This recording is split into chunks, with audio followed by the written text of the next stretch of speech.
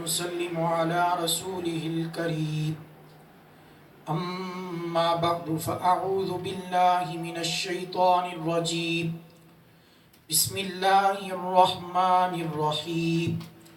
قال الله تبارك وتعالى في القرآن المجيد والفرقان الحميد بلسان النبي الكريم الأمين القسيم الجسيم النعيم الرؤوف الرحيم والسابقون الأولون من المهاجرين والأنصار والذين اتبعوهم بإحسان رضي الله عنهم ورضوا عنه وأعد لهم جنات تجري تحتها الأنهار خالدين فيها أبدا ذلك الفوز العظيم صدق الله العظيم وبلغنا رسوله النبي الكريم الأمين قال الله تبارك وتعالى في شان حبيبه صلى الله عليه وسلم إن الله وملائكته يصلون على النبي يا أيها الذين آمنوا صلوا عليه وسلموا تسليما سب مل کے پڑھیں الصلاة والسلام عليك يا سيدي يا رسول الله وعلى آلك وأصحابك يا سيدي يا حبيب الله الصلاة والسلام عليك يا سيدي يا نور الله وعلى آلك وأصحابك يا سيدي يا نبي الله مولاي صل وسلم دائما أبدا على حبيبك خير الخلق كلهم محمد سيد الكونين والثقلين والفريقين من عرب ومن عجم فإن من جودك الدنيا ودرتها ومن علومك علم اللوح والقلم يا رب بالمصطفى بلغ مقاصدنا واغفر لنا ما مضى يا واسع الكرم بلغ العلا بكماله كشف الدجى بجماله حسنت جميع خصاله صلوا عليه وآله يا صاحب الجمال ويا سيد البشر من وجهك المنير لقد نور القمر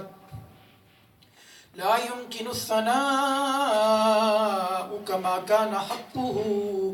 بعد از خدا بزرگ توی قصہ مختصر بزرگان محترم معزز سامعین حضرات میرے پیارے مسلمان بھائیوں دوستوں اور بزرگوں اللہ جل جلالہ وَأَتَمَّ بُرْحَانُهُ وَأَعْظَمَ شَانُهُ وَلَا إِلَٰهَ غَيْرُهُ کی حمد و ثنا کے بعد اور سید الرسل ختم الرسل مولا کل عالم کل خبیر کل وارث کل شہید کل سلطان کل معلم کل رازدار رب العلا شب اسرا کے دلہا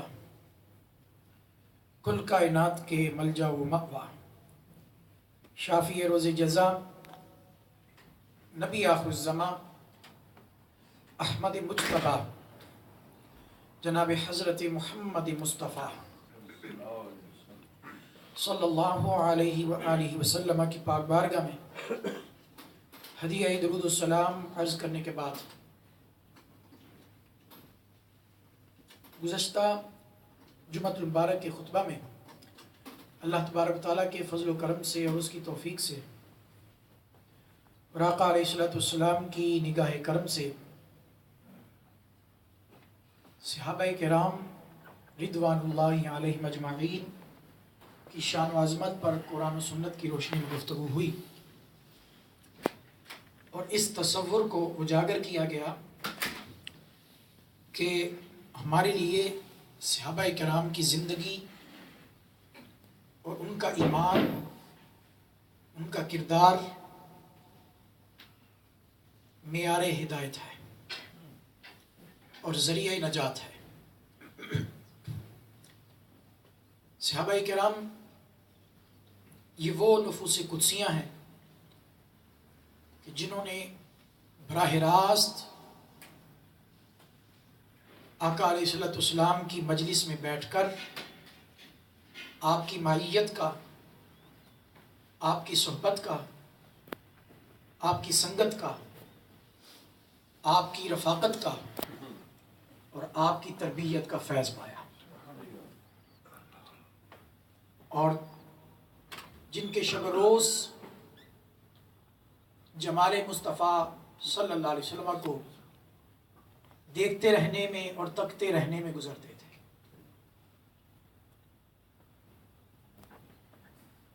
وہ نفوس قدسیہ کہ جنہوں نے اپنی زندگی کا مقصد فقط اللہ اور اس کے رسول کو راضی کرنا بنا لیا،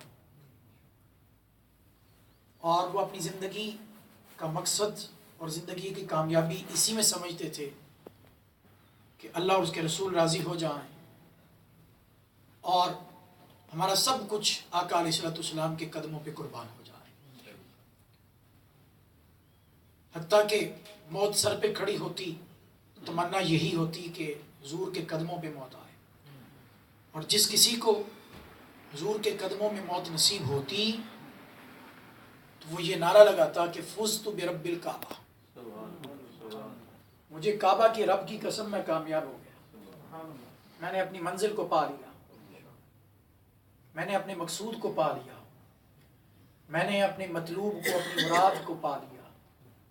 کہ مجھے اپنے آقا کے قدموں میں موت نصیب ہوئی۔ جو آقا علیہ الصلوۃ والسلام کے دین کے لیے مر مٹنے کے لیے ہر وقت تیار رہتے تھے، اور پھر صحابہ کرام وہ مقدس ہستیاں ہیں کہ انہوں نے جب کلمہ پڑھا، اسلام کو گلے لگایا، اسلام کے نور سے اپنے سینوں کو، اپنے دل و دماغ کو روشن اور منور کیا، تو اس کے بعد یہ نہیں تھا کہ کلمے کو صرف زبان تک رکھا، بلکہ زبان سے نیچے اتارا اور اپنے قلب و دماغ میں ایمان کی برکتوں کو داخل کیا اور ایمان کے نور کو سمایا۔ اسی لیے وہ نمازی بھی تھے، حاجی بھی تھے، غازی بھی تھے، مجاہد بھی تھے، یہ ساری صفات ان کے اندر پائی جاتی تھی، اور ان کے نمازی ہونے کا وصف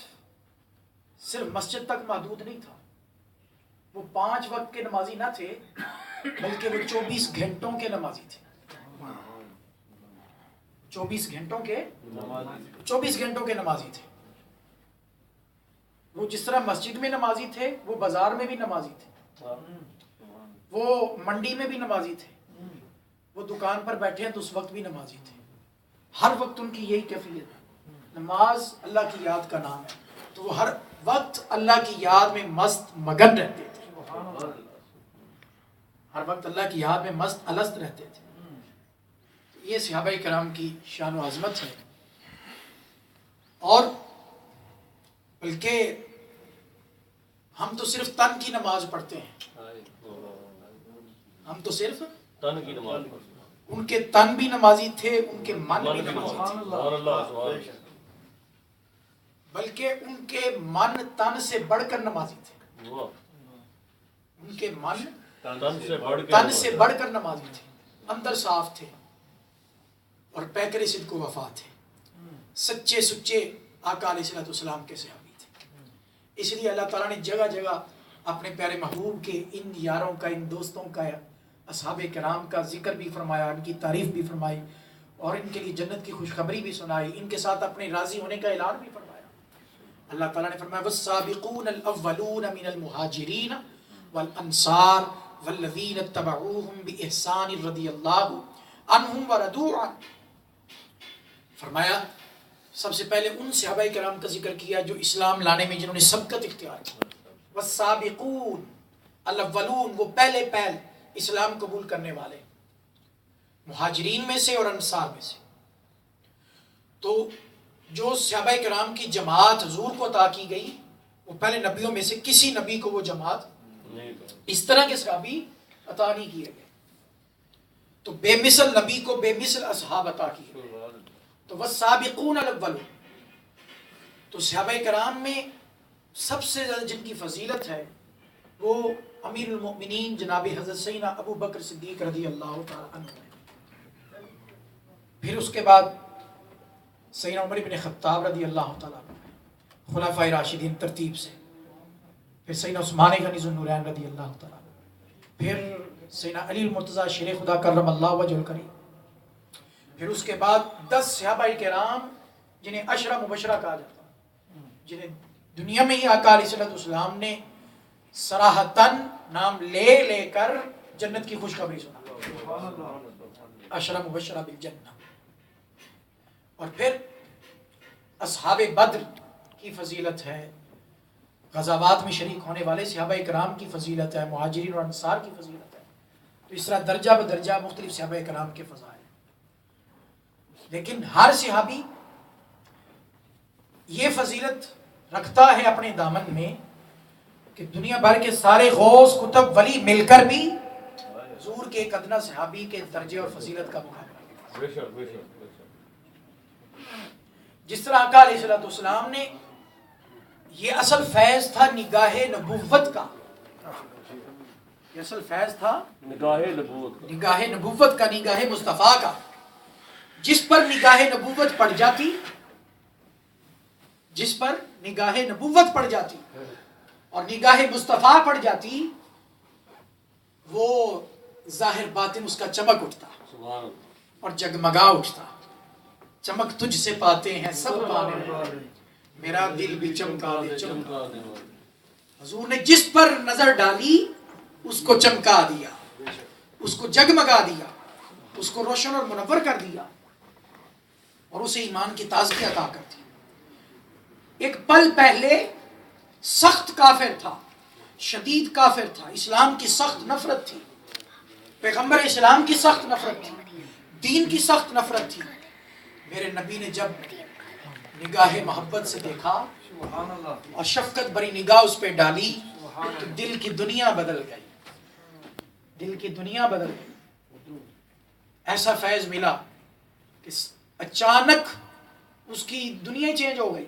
اس کا عالم ہی بدل گیا، کیفیت ہی بدل گئی۔ ہر کیف انہی مقدس ہستیوں کا تذکرہ پچھلے جمعۃ المبارک کے خطبہ میں بھی ہوا، آج بھی، کہ انہوں نے کس طرح فیض پایا صحابہ کرام نے، اور پھر کس قدر اس فیض کو سنبھالا،